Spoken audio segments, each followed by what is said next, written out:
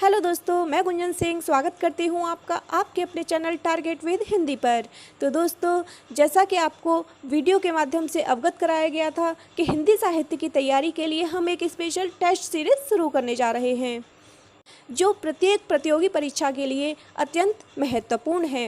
इस test series में हमने टॉपिक वाइज टॉपिक क्वेश्चंस को सेलेक्ट किया है और उन क्वेश्चंस को हम एक्सप्लेन करते हुए चलेंगे, जिससे उससे रिलेटेड और भी जितने क्वेश्चंस हैं वो सभी आपके कवर होते चलें।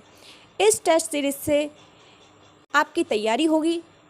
दूसरा, इस टेस्ट सीरीज़ से आपका रिवीजन होगा और इस सीरीज़ से आप स्वयं खुद का मूल्यांकन कर सकते हैं कि आप कितने योग्य हैं या परीक्षा के दृष्टिकोण से आपकी कितनी तैयारी हो चुकी है या कितनी अभी बाकी है। तो चलिए शुरू करते हैं आज की अपनी पहली टेस्ट सीरीज़। देखिए, हमारा आज का टॉपिक है हिंदी साहित्य का इतिहास। तो सबसे पहले हम यही जान लेते हैं कि हिंदी साहित्य का इतिहास होता क्या है। जब हिंदी साहित्य के अतीत के तथ्यों का वर्णन और विश्लेषण कालक्रम के अनुसार किया जाए तो वह हिंदी साहित्य का इतिहास कहलाता है। तो चलिए, आज का हमारा फर्स्ट क्वेश्चन है, हिंदी साहित्य के इतिहास लेखन की परंपरा का सूत्रपात किसने किया।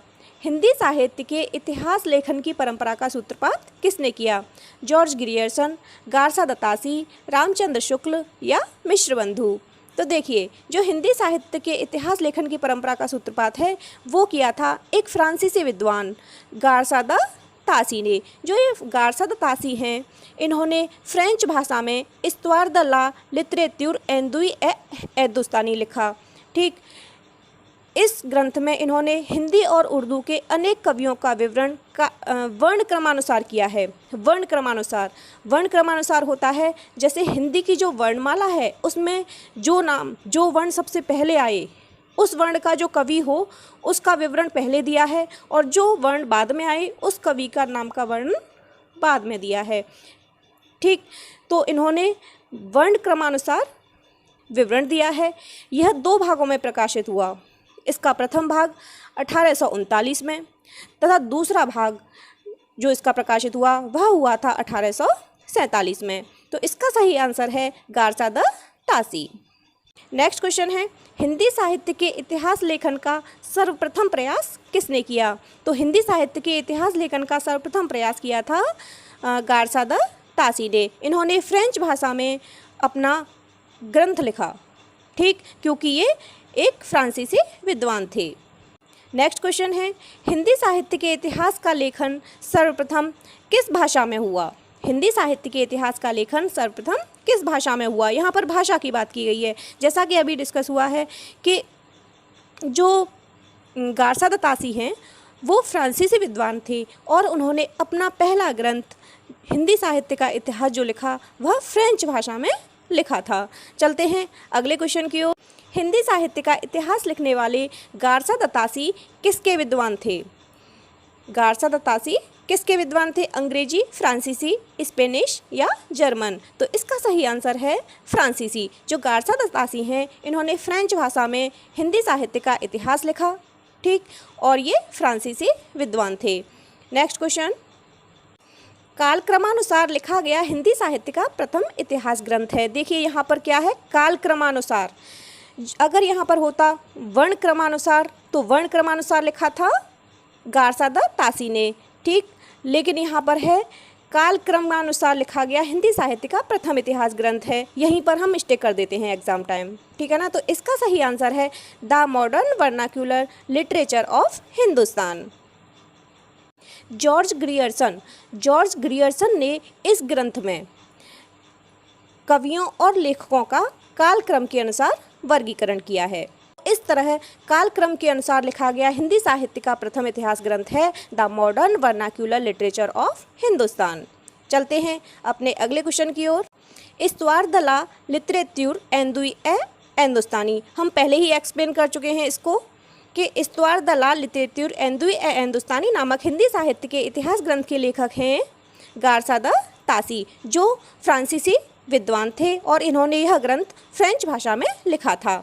चलते हैं अगले क्वेश्चन की ओर। हिंदी साहित्य का प्रथम व्याकरण लिखने वाले विद्वान, तो हिंदी का प्रथम व्याकरण लिखने वाले विद्वान हैं जोशुआ केटलर। जो ये जोशुआ केटलर हैं, ये पुर्तगाल ईस्ट इंडिया कंपनी के राजदूत बनकर भारत आए थे। इन्होंने अपने देशवासियों को भारत में व्यावसायिक सुविधा की दृष्टि से हिंदी का सामान्य ज्ञान कराने के लिए व्याकरण की पुस्तक लिखी, जिसका नाम था हिंदुस्तानी ग्रामर, जो 1715 ईस्वी में प्रकाशित हुई थी।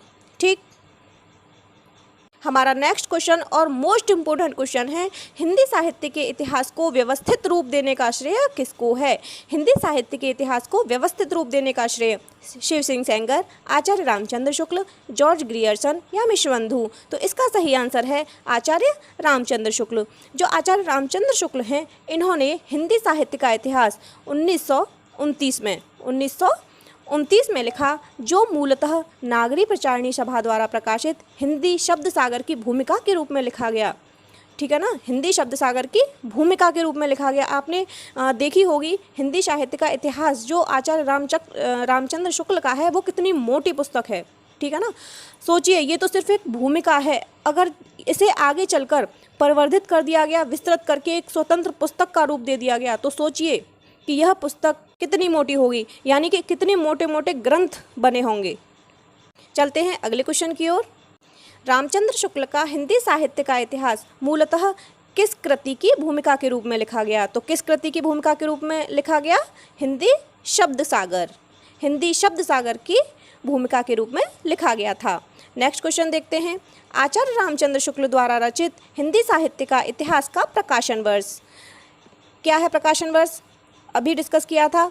आचार्य रामचंद्र शुक्ल ने हिंदी साहित्य का इतिहास 1929 में लिखा, जो मूलतः नागरी प्रचारणी सभा द्वारा प्रकाशित हिंदी शब्द सागर की भूमिका के रूप में लिखा गया था। चलते हैं अगले क्वेश्चन की ओर। शिव सिंह सरोज का रचना काल है। शिव सिंह सरोज, यह ग्रंथ शिव सिंह सेंगर ने लिखा। किसने लिखा? शिव सिंह सेंगर ने यह लिखा 1883 में, 1883 ईस्वी में लिखा। इस ग्रंथ में लगभग 838 भाषा कवियों का जीवन चरित्र है और उनकी कविताओं के उदाहरण दिए गए हैं। तो शिव सिंह सरोज का रचनाकाल है 1883 ईस्वी। नेक्स्ट क्वेश्चन है, आंग्ल भाषा में लिखा गया हिंदी साहित्य का इतिहास स्केच ऑफ हिंदी लिटरेचर के लेखक हैं। आंग्ल भाषा में यानी अंग्रेजी भाषा में लिखा गया हिंदी साहित्य का इतिहास स्केच ऑफ हिंदी लिटरेचर के लेखक हैं पादरी F.E.K., पादरी एडसिन ग्रीव्स, गार्सा दत्तासी या जॉर्ज ग्रियर्सन। तो इसका सही आंसर है पादरी एडसिन ग्रीव्स। एडसिन ग्रीव्स द्वारा लिखा गया हिंदी साहित्य का इतिहास स्केच ऑफ हिंदी लिटरेचर के नाम से प्रकाशित हुआ। और जो ये जॉर्ज ग्रियर्सन है, इनके इतिहास ग्रंथ का नाम है the modern vernacular literature of Hindustan. चलते हैं अगले क्वेश्चन की ओर। ग्रियर्सन कृत the modern vernacular literature of Hindustan का हिंदी अनुवाद किसने किया? देखिए, the modern vernacular literature of Hindustan किसका है? ये ग्रियर्सन का, लेकिन इसका हिंदी अनुवाद भी हुआ। तो यह हिंदी अनुवाद किसने किया?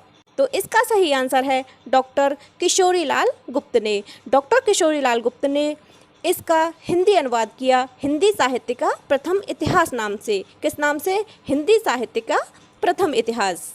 थोड़ा सा डॉक्टर किशोरीलाल गुप्त के बारे में जान लेते हैं। इनका जन्म 1916 में भदोही उत्तर प्रदेश में हुआ था। ये पंडित विश्वनाथ प्रसाद मिश्र के प्रमुख शिष्यों में से एक थे। दूसरा, गुरुजी को जो गुप्त जी हैं, गुप्त जी को विंध्य गौरव से सम्मानित किया गया। किससे? विंध्य गौरव से सम्मानित किया गया था। और इनकी जो कृति है हिंदी साहित्य का प्रथम इतिहास, यह हिंदी प्रचारक संस्थान वाराणसी से प्रकाशित हुई थी। ये जो किशोरीलाल गुप्त हैं, इनकी अंतिम प्रकाशित कृति थी सूरसागर की टीका, जो कि 4 खंडों में है। ठीक है, नेक्स्ट क्वेश्चन इन्हीं से रिलेटेड है। डॉक्टर किशोरीलाल गुप्त ने इनमें से किस ग्रंथ का हिंदी अनुवाद हिंदी साहित्य का प्रथम इतिहास शीर्षक से किया है? तो इसका सही आंसर है the modern vernacular literature of Hindustan. यह ग्रंथ ग्रियर्सन का था, लेकिन इनका हिंदी अनुवाद किसने किया? डॉक्टर किशोरीलाल गुप्त ने। चलते हैं अपने अगले क्वेश्चन की ओर। The modern vernacular literature of Hindustan Hindi साहित्य के इतिहास ग्रंथ के लेखक का नाम है George Grierson, Garcin de Tassy, William Wordsworth या आचार्य रामचंद्र शुक्ल। तो इसका सही आंसर है जॉर्ज ग्रियर्सन। नेक्स्ट क्वेश्चन है, किस लेखक के इतिहास ग्रंथ में सर्वप्रथम हिंदी साहित्य का काल विभाजन मिलता है? क्या मिलता है? काल विभाजन। किसके ग्रंथ में मिलता है? George Grierson. जो जॉर्ज ग्रियर्सन है, यह हिंदी साहित्य के इतिहास का काल विभाजन करने वाले प्रथम इतिहासकार हैं। इन्होंने आदिकाल की जो अंतिम सीमा है वह 1400 ईस्वी तक मानी है। नेक्स्ट क्वेश्चन है, किस साहित्य इतिहास के लेखक ने काल विभाजन में कवियों के नाम का सर्वाधिक उपयोग किया है? कवियों के नाम का सर्वाधिक उपयोग मिश्रबंधु, ग्रियर्सन या हरिऔध, और लास्ट है श्याम सुंदर दास ने। तो किसने किया है? मिश्रबंधु ने। देखिए, जो मिश्रबंधु हैं उनकी कृति है मिश्रबंधु विनोद। मिश्रबंधु विनोद, जिसमें उन्होंने लगभग 5000 कवियों को स्थान दिया, जिसे 8 से भी अधिक कालखंडों में विभक्त किया गया। जो ये मिश्रबंधु विनोद है, इसे 8 से भी अधिक जो कवि हैं उनको 8 से भी अधिक कालखंडों में विभक्त किया गया। इस तरह से जो मिश्रबंधु हैं उन्होंने काल विभाजन में कवियों के नाम का सर्वाधिक उपयोग किया है, लगभग 5000।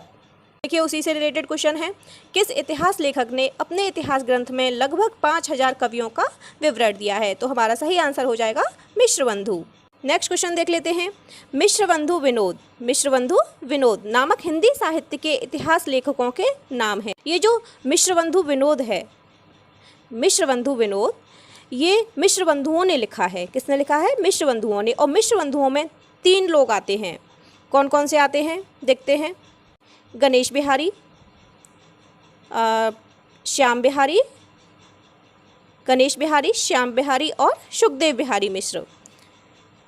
मिश्रबंधु लेखक कौन कौन है? गणेश बिहारी, श्याम बिहारी और सुखदेव बिहारी मिश्र। चलते हैं अगले क्वेश्चन की ओर। आज का हमारा लास्ट क्वेश्चन है, मिश्रबंधु विनोद का चौथा भाग कब प्रकाशित हुआ? मिश्रबंधु विनोद का चौथा भाग कब प्रकाशित हुआ? 1934 में, 1913 में, 1910 में या 1900 में? देखिए, जो ये मिश्रबंधु विनोद है, मिश्रबंधु विनोद यह 4 भागों में प्रकाशित हुआ है। कितने भागों में?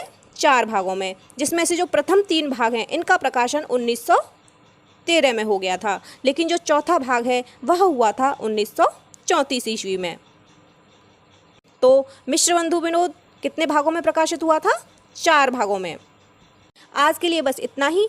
हम डेली टॉपिक वाइज टॉपिक 20 से 25 क्वेश्चंस को कवर करते हुए चलेंगे, उसके साथ एक्सप्लेनेशन करेंगे, जिससे कि और भी क्वेश्चन सॉल्व होते चलेंगे। तो स्पेशल टेस्ट सीरीज़ आपको पसंद आई हो तो प्लीज़ हमारे चैनल को सब्सक्राइब करें, बेल आइकन के बटन को प्रेस करें, जिससे हमारी आने वाली हर एक वीडियो का नोटिफिकेशन आपको मिल सके। धन्यवाद।